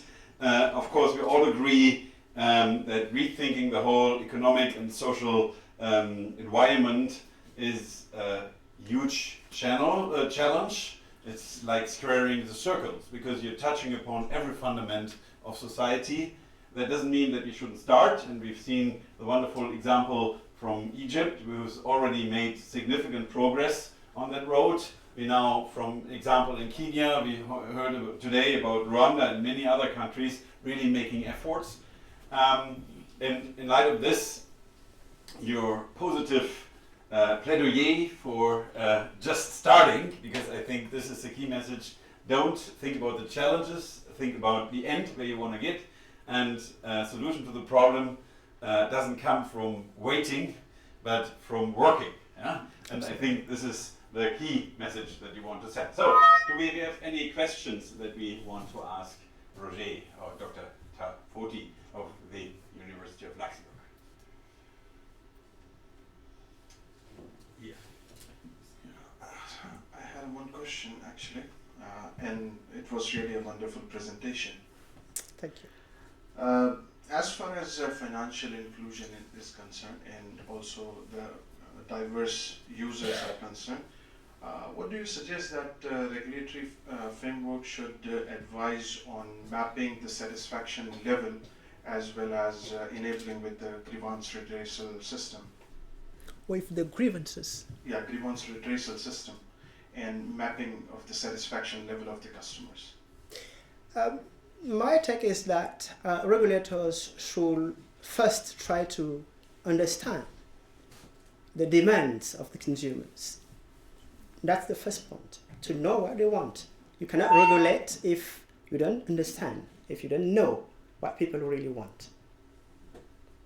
And then, as I mentioned, with regard to grievances, they need to really actively educate people. Actively. That's the new role for regulators. They don't just have to wait and sanction.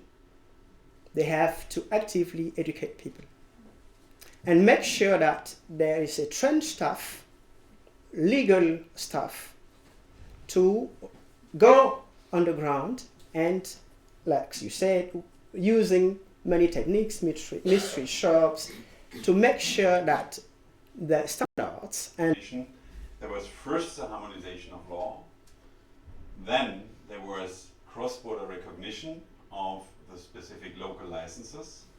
Then we felt there was some undercutting, some regulatory arbitrage, and what happened then was we built a European integrated supervisory system that ensures that if there is a kind of regulatory undercutting, we will have a kind of review process, and that review process, in the worst of the instances, can result in a loss of the key regulator status. That means you lose the right to passport services in Europe. So there was harmonization of law, there's a joint integrated supervisory system, and there is a supervision in that system. Because otherwise we experienced that certain countries would try to make an advantage by not enforcing laws. And then we have a harmonized sanction system. And all of this took 50 years. And it is a legal innovation, definitely. It is a very valuable legal innovation, but a very costly one. And it will go with an extreme loss of sovereignties in the countries. So I wonder why the large countries in Africa should submit themselves to such a rigor discipline that such a system means, when the benefits for their providers are not as big as those for tiny countries with just maybe 3 to 5 million people. So Egypt has 100 million people. They have a large internal market already. And of course, there's economy of scale in data. But there's also a trade-off between local sovereignty or being dominated by outside values which you may not be able to control. Yeah, that's a tough question, but I have a quick answer for it. I think one of the aims of the European Union, or one of the foundation of the European Union, is solidarity.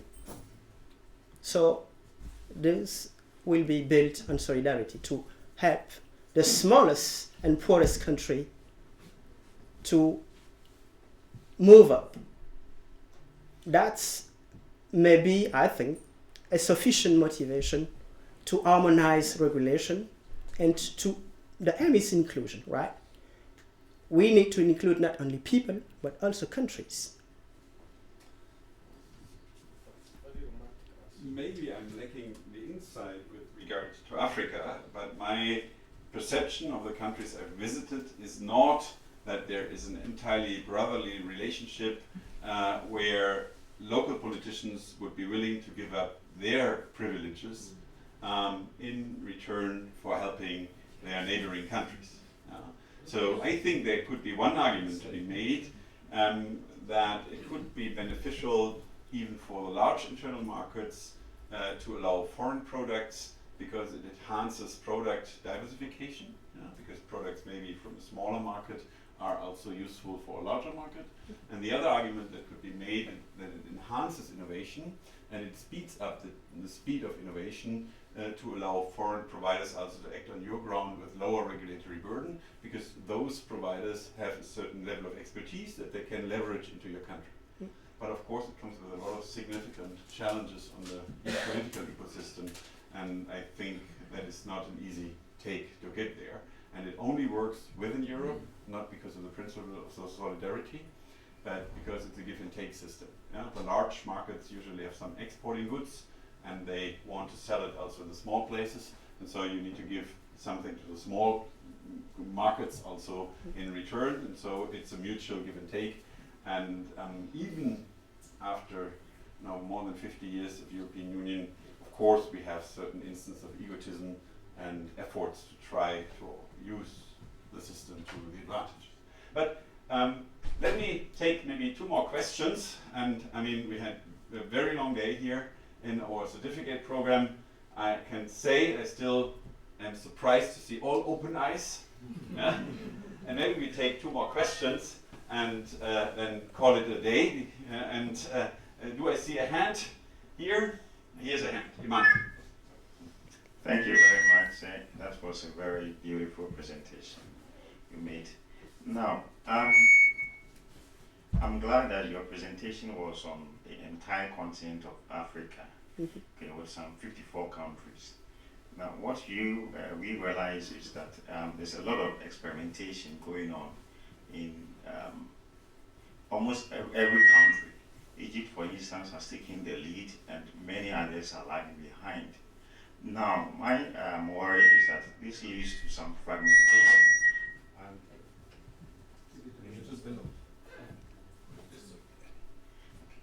Yes, making it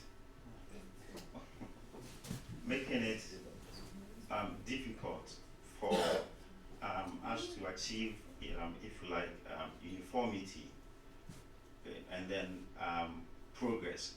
Now, my question mainly is: do you think regional bodies and then regional and national financial institutions, like the African Development Bank, okay, have a role to play in terms of especially providing a common infrastructure in the area of DFS, so that the smaller countries, like you mentioned, can catch up or come on board with a reduced cost, and then also not having to experiment a lot?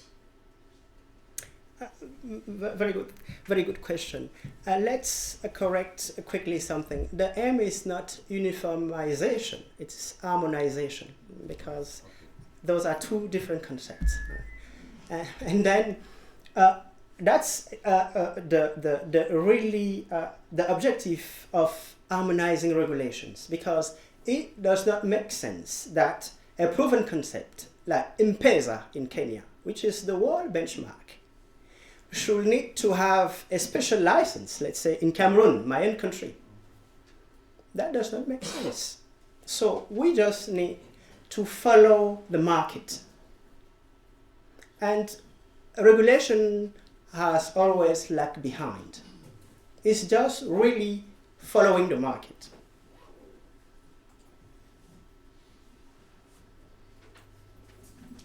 One last question.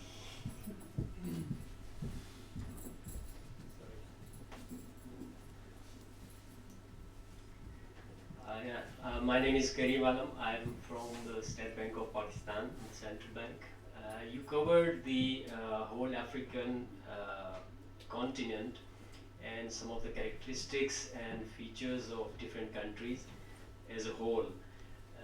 Can you please, I mean, there will be certain common grounds and common cultures or traditions or things like that. They make a ground for what you are saying, like bringing or introducing harmonization. And what could be the challenges, why there is no such thing so far? I mean, if there are some areas where there is harmonization in certain sectors or in some of the DFS areas, could you like to share some of those? I've mentioned the example of the Southern African Development Community, which has already built a common payment platform. They have a clearing house and a settlement payment system, which means that harmonizing practices or regulation is possible, is feasible, and it is really in the interest of the people if the objective is.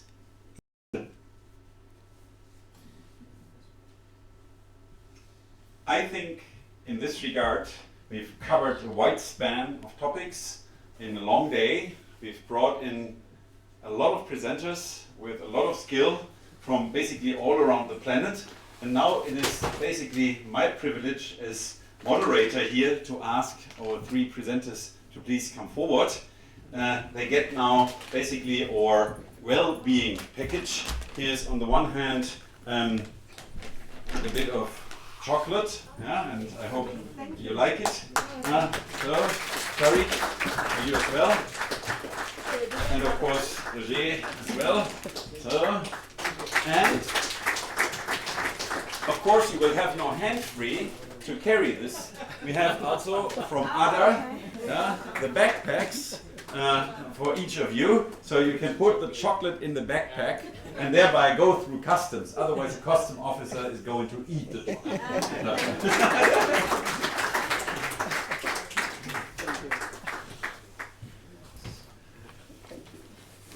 Thank you very much, ladies and gentlemen. I am really happy about how our open lecture worked out. I think it is evident that the expertise of our three presenters provided a wonderful vision for the years to come, a paradigm of the challenges financial inclusion is going to face, and I think the common theme of all the three presentations is that technology can provide solution, but it must be handled with care. With that, I leave you for the evening. I wish you all a safe trip home, and I say goodbye to the participants that have joined us online, and hope to see you all again soon. Thank you very much.